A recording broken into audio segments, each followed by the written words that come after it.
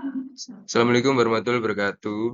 Perkenalkan kami dari kelompok 10 eh, presentasi psikologi pendidikan dengan judul dampak terjadinya keterbatasan akses pendidikan bagi anak dengan berkebutuhan khusus di Indonesia. Nama saya Muhammad Zidan Raihan dengan NIM 2024 60 076 dan teman saya. Saya Amalia Nisa Wulandari dengan NIM 2024 695 dan saya Valisa Islami Fatihah dengan NIM 119. Oke. Saya di sini sebagai moderator. Di sini ada pendahuluan yang berisi pendidikan merupakan hak dasar setiap anak, termasuk anak-anak dengan kebutuhan khusus yang tergolong dalam sekolah luar biasa. Namun, di banyak negara, khususnya di Indonesia, akses pendidikan bagi kelompok ini masih sangat sulit diperoleh. Meskipun sudah ada berbagai kebijakan dan peraturan yang mendukung, masih banyak anak ABK yang mengalami kesulitan untuk mendapatkan pendidikan yang baik. Oke. Oke, di sini saya akan menjelaskan penyebab utama terjadinya keterbatasan akses pendidikan bagi anak berkebutuhan khusus. Yang pertama adalah kurangnya sarana yang memadai. Banyak institusi pendidikan tidak menyediakan fasilitas yang diperlukan untuk mendukung anak dengan berkebutuhan khusus, seperti aksesibilitas gedung, alat bantu belajar, dan ruang kelas yang sesuai.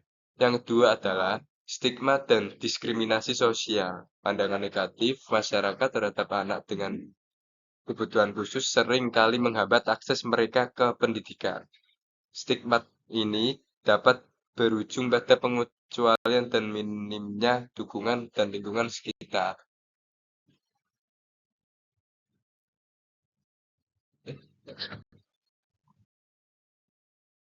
Selanjutnya nomor 3, kurangnya pelatihan untuk guru. Banyak pengajar yang belum mendapatkan pendidikan khusus untuk menangani anak berkebutuhan khusus. Hal ini mengakibatkan kesulitan dalam memberikan pengajaran sesuai dengan kebutuhan mereka. Yang keempat adalah keterbatasan kebijakan dan peraturan kebijakan pendidikan. Sering tidak cukup kuat atau kurang dilaksanakan dengan baik sehingga anak dengan berkebutuhan khusus tidak mendapatkan hak akses yang mereka seharusnya terima. Yang kelima adalah sumber daya yang terbatas baik dari segi anggaran maupun materi, menghambat pengembangan program pendidikan inklusif yang ramah bagi anak berkebutuhan khusus. Yang terakhir adalah perbedaan akses berdasarkan lokasi di daerah terpencil atau yang kurang maju. Akses pendidikan bagi anak berkebutuhan khusus biasanya lebih terbatas dibandingkan dengan kawasan perkotaan yang memiliki lebih banyak fasilitas dan dukungan. Oke, selanjutnya saya akan berganti dengan teman saya. Selanjutnya yaitu pencegahan masalah. Pencegahan masalah dibagi menjadi 3, yaitu 1. Peningkatan kesadaran dan pendidikan masyarakat, mengadakan kampanye untuk meningkatkan pengetahuan masyarakat tentang nilai pendidikan inklusif, serta mengurangi stigma terhadap anak dengan berkebutuhan khusus. 2. Pengembangan infrastruktur sekolah, membangun serta memperbarui sekolah agar lebih ramah bagi anak-anak berkebutuhan khusus, termasuk memastikan adanya akses fisik seperti ramp, lift, dan fasilitas toilet yang memadai. 3. Pelatihan dan pengembangan profesional untuk guru. Menyediakan pelatihan khusus bagi para guru mengenai metode mengajar yang efektif untuk anak-anak berkebutuhan khusus, termasuk teknik pengajaran yang tepat dan penggunaan alat bantu pendidikan.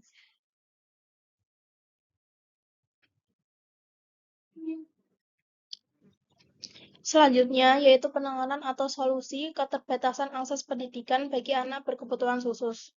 1. Yaitu implementasi kebijakan pendidikan inklusif, merancang dan menerapkan kebijakan yang mendukung pendidikan inklusif, termasuk menyediakan dana yang cukup untuk program-program pendidikan khusus. 2. Menyediakan sumber daya dan alat bantu, memastikan ketersediaan sumber daya yang memadai, seperti buku-buku, alat bantu belajar, dan perangkat teknologi yang dapat membantu anak-anak berkebutuhan khusus dalam proses selanjutnya. 3. Kemitraan dan organisasi non-pemerintah. Berkolaborasi dengan organisasi non-pemerintah dan lembaga lain yang berfokus pada pendidikan anak berkebutuhan khusus untuk meningkatkan akses dan dukungan pendidikan. 4. Yaitu monitoring dan evaluasi program pendidikan. Melakukan pengawasan dan penilaian secara teratur terhadap program pendidikan untuk memastikan bahwa upaya ini efektif dan berkelanjutan dalam mendukung anak berkebutuhan khusus. 5. Yaitu pengembangan program dukungan psikososial, menyediakan layanan dukungan psikososial untuk anak-anak berkebutuhan khusus dan keluarganya agar mereka dapat mengatasi tantangan yang mungkin muncul.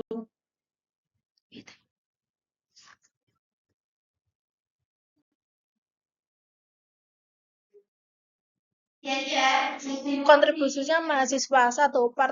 Partisipasi dalam program relawan. Dengan mengikuti program ini, mahasiswa dapat terlibat dalam kegiatan sukarela di sekolah-sekolah atau organisasi yang mendukung pendidikan bagi anak berkebutuhan khusus. 2. Mahasiswa dapat menjadi advokat untuk memperbesar kesadaran publik mengenai pentingnya pendidikan yang inklusif, bisa mengikuti serangkaian mengorganisir kampanye, seminar, atau diskusi publik. 3. Mahasiswa dapat melakukan studi untuk menemukan tantangan yang dihadapi oleh anak berkebutuhan khusus dalam mendapatkan pendidikan. 4. Pembuatan materi pembelajaran. Mahasiswa, terutama yang berasal dari jurusan pendidikan atau psikologi, bisa mengembangkan materi pembelajaran yang sesuai untuk anak dengan berkebutuhan khusus.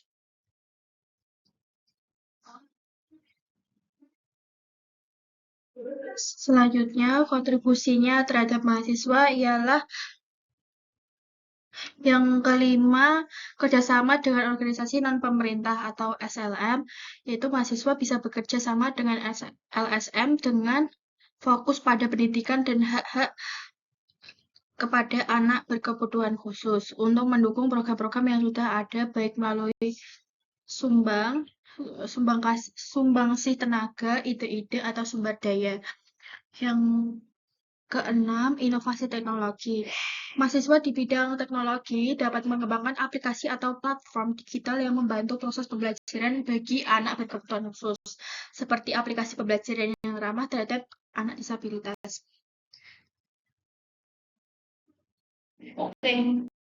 Kesimpulan dari makalah ini yaitu pendidikan di sekolah luar biasa memegang peranan yang sangat penting dalam membentuk cara berpikir dan pertumbuhan anak-anak dengan kebutuhan khusus. Dengan adanya kurikulum yang disesuaikan, metode pengajaran yang terpersonalisasi, serta pemanfaatan teknologi dapat membantu pendidikan ini berkontribusi dalam meningkatkan kemampuan kognitif, emosional, serta sosial anak-anak. Suasana yang inklusif dan mendukung membentuk anak merasa diterima, dihargai, dan lebih percaya diri saat menghadapi tantangan. Sekian presentasi dari kelompok kami. Assalamualaikum warahmatullahi wabarakatuh. Adalah beberapa daftar pusaka dari buku dan jurnal yang kita jadikan referensi untuk pembuatan PPT dan makalah ini. Terima kasih. Assalamualaikum warahmatullahi wabarakatuh.